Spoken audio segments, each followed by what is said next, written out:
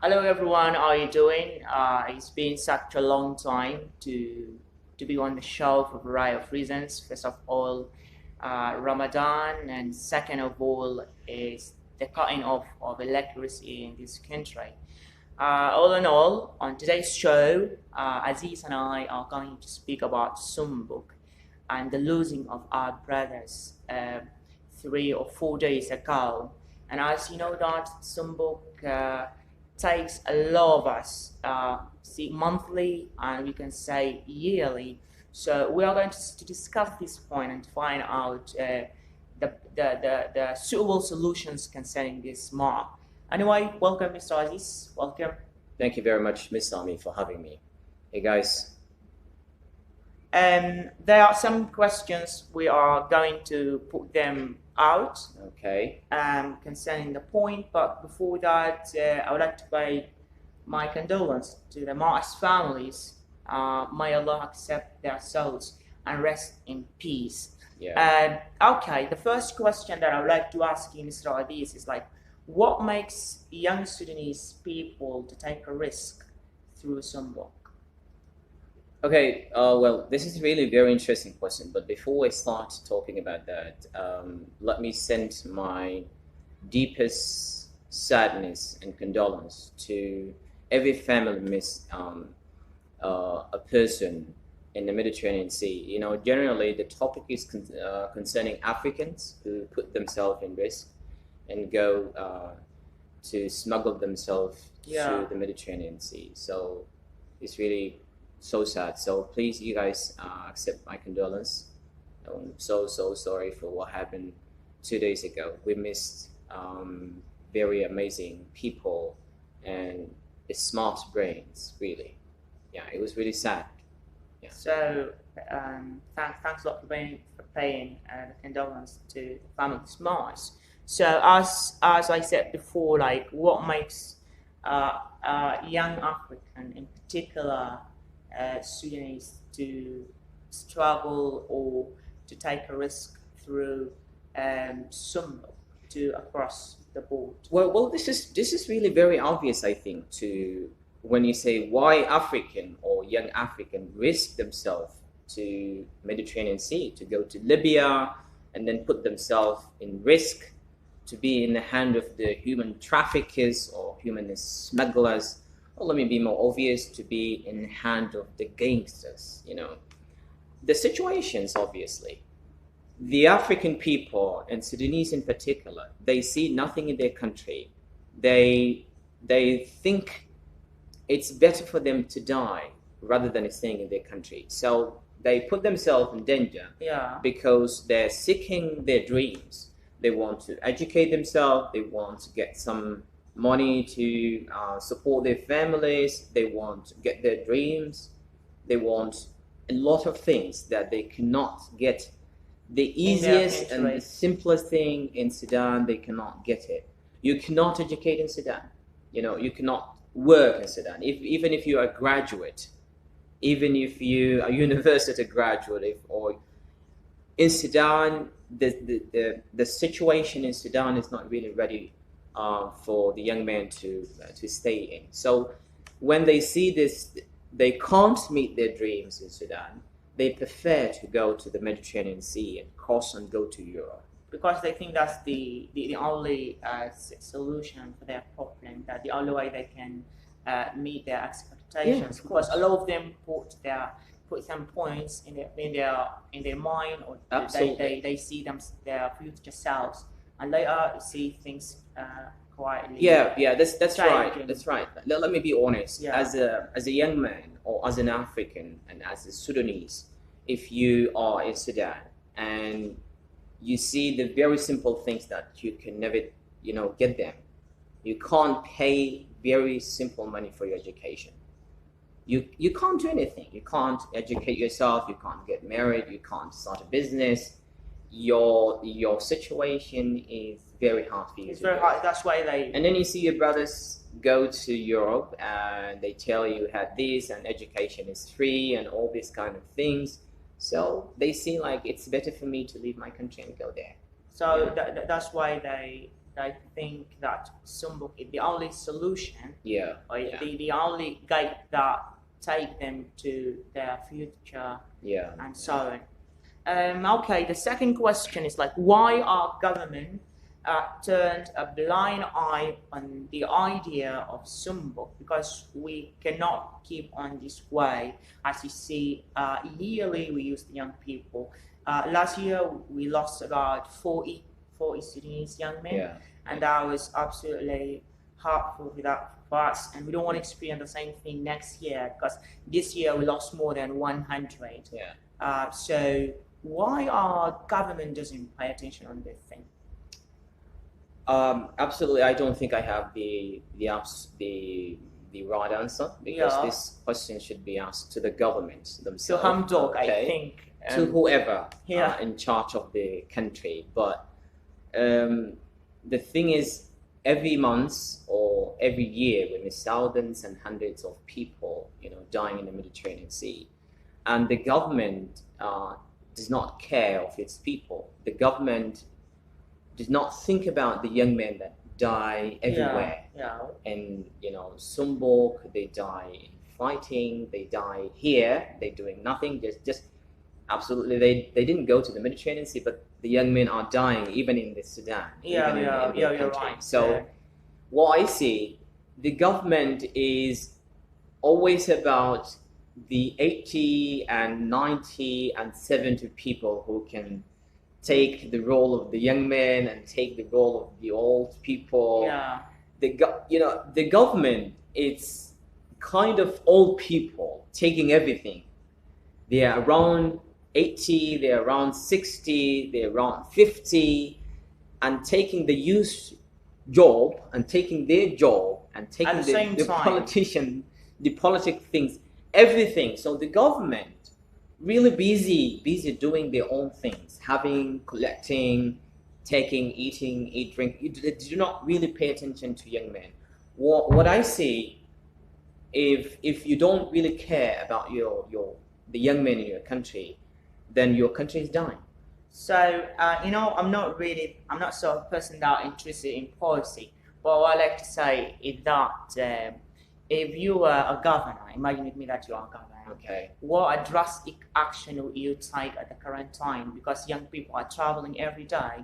Like you can say, like monthly, more than 30, young people travel or smuggle to Libya, from Libya to European countries. So, what a drastic action that would you take toward this matter? Because as you said, like if always social activists and political activists at the same time, they say that if you like to build any country, you can build it by its youth. Yeah. So what that action would you take if you were a governor? That's my Well, question. this is really amazing question. Well, first of all, I think you need to do a survey, a research based on what young men and women in your country really needs. What kind of project and program that really missing. What do you actually need to engage these young men and women in their real actions and roles? The young men are leaders. Imagine the young men in Sudan, they brought the revolution, they changed everything now. Once they change it, the old people took everything, and the young men started just looking at people.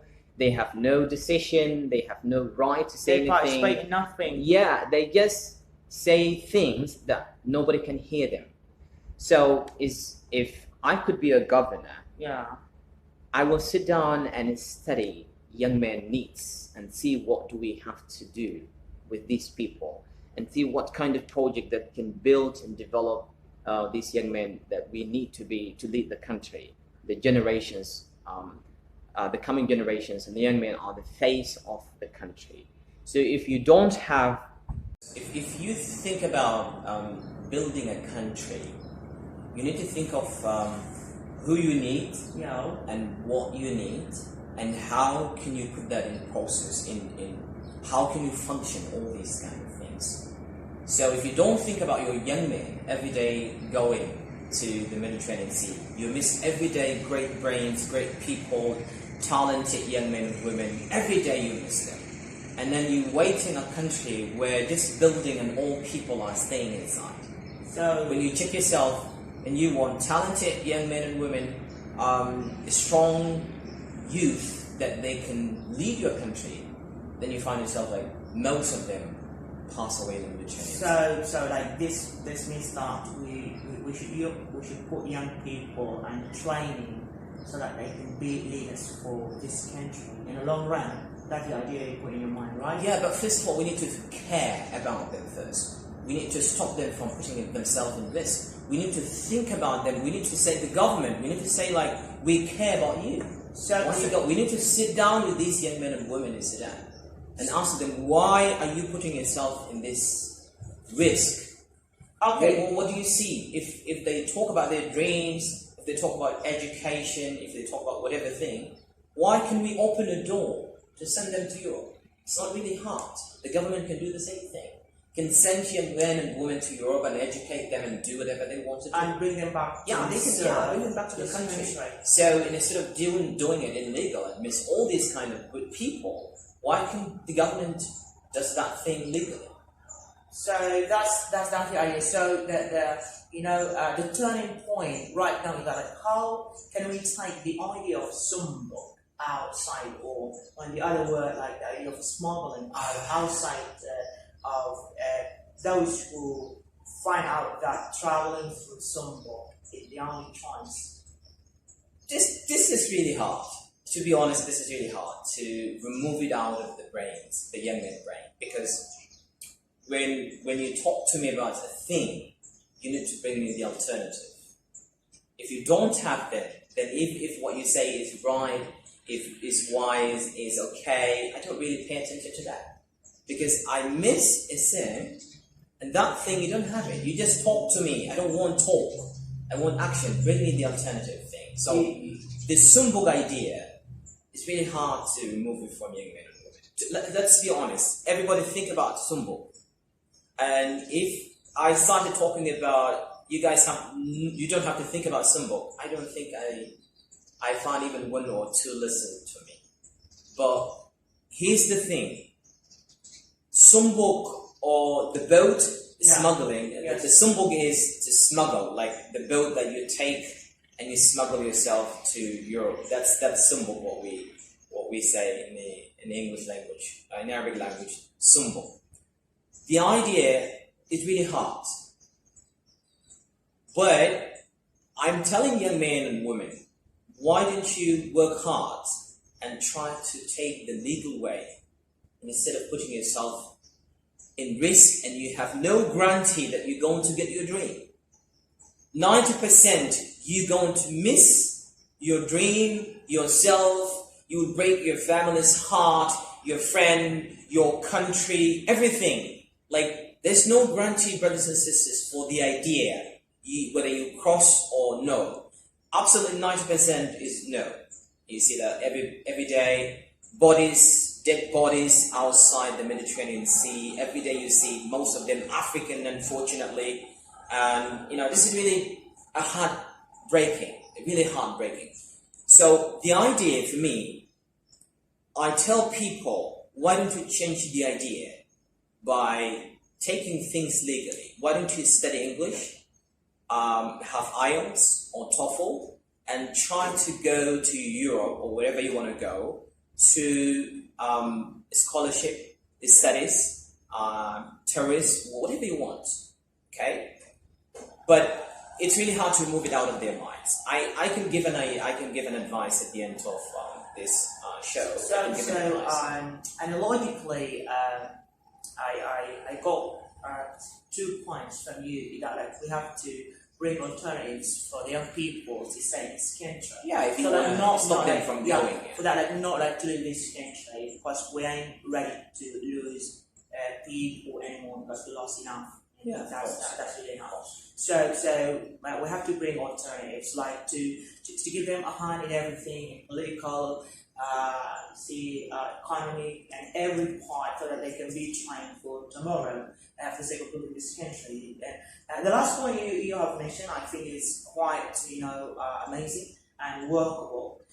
Which is like instead of going through this way, smuggling, in particular some book or boat, is like to sit for IELTS exams, so that to qualify yourself for getting scholarships to go outside. As time is running out, I think we are in a lot of time. I would like to tell us about your experience concerning Sumbo and so on, and what advice would you give to the smugglers, if I can say that word? Well, I remember a long time ago when I was in Libya. You guys, the experience is really hard, and it was really strange to put yourself in danger and to try some book yourself and to, join in the Mediterranean Sea and luckily and finally be rescued safely. This is really a very difficult experience that if I started talking about it, it will just bring topics after topics. Yeah. I think I've mentioned this when I got the opportunity to go up to the TEDx stage. I think I talked about my experience, so I have to send my hello from here to Mr. Muhammad and his people, TEDx people. In Niala long ago, I was very happy to got the opportunity to talk about my experience in TEDx stage a long time ago. So I think a lot of you guys have seen that on YouTube. You've seen my video talking about my experience. Well, here's the thing. My experience told me a thing that whoever tell me or can tell me, I don't think I can believe that. But I saw it with my eyes. The experience told me I don't have to put myself in this again. So how did you reach to that level of satisfaction that I should not take risks anymore? Well, because when you find yourself as a hostage in the hand of gangsters or the human traffickers, when you be dealt like you're not a human being, when they treat you badly, when they torture you and put you in a house called, the Libyan people call Kabalon, a house, very little house that can only, let's say, take or contain like 25, and they put you like 200 in. Oh my God, that's inhuman work. Yeah, this is really hard. The life you live in before you go to the Mediterranean Sea, in the Kabalon or in that house that these gangsters or these human traffickers put you in that house, you hate everything. I don't think you need to achieve your dream by putting yourself in that place. You just find yourself like a dog, or even a dog is better than you. A dog. And even a dog is better than you. You treated badly, you hate yourself, everything. And after all this, you never find yourself crossing Europe. It's not a guarantee after all these tortures and bad things you receive and get every day. No guarantee after this you will end up a European or going to Europe. It's really hard. So it is really hard. In this case, I advise nobody to put himself in that thing. Do whatever costs you. Spend 20 years working hard on yourself. Study English. Have a scholarship.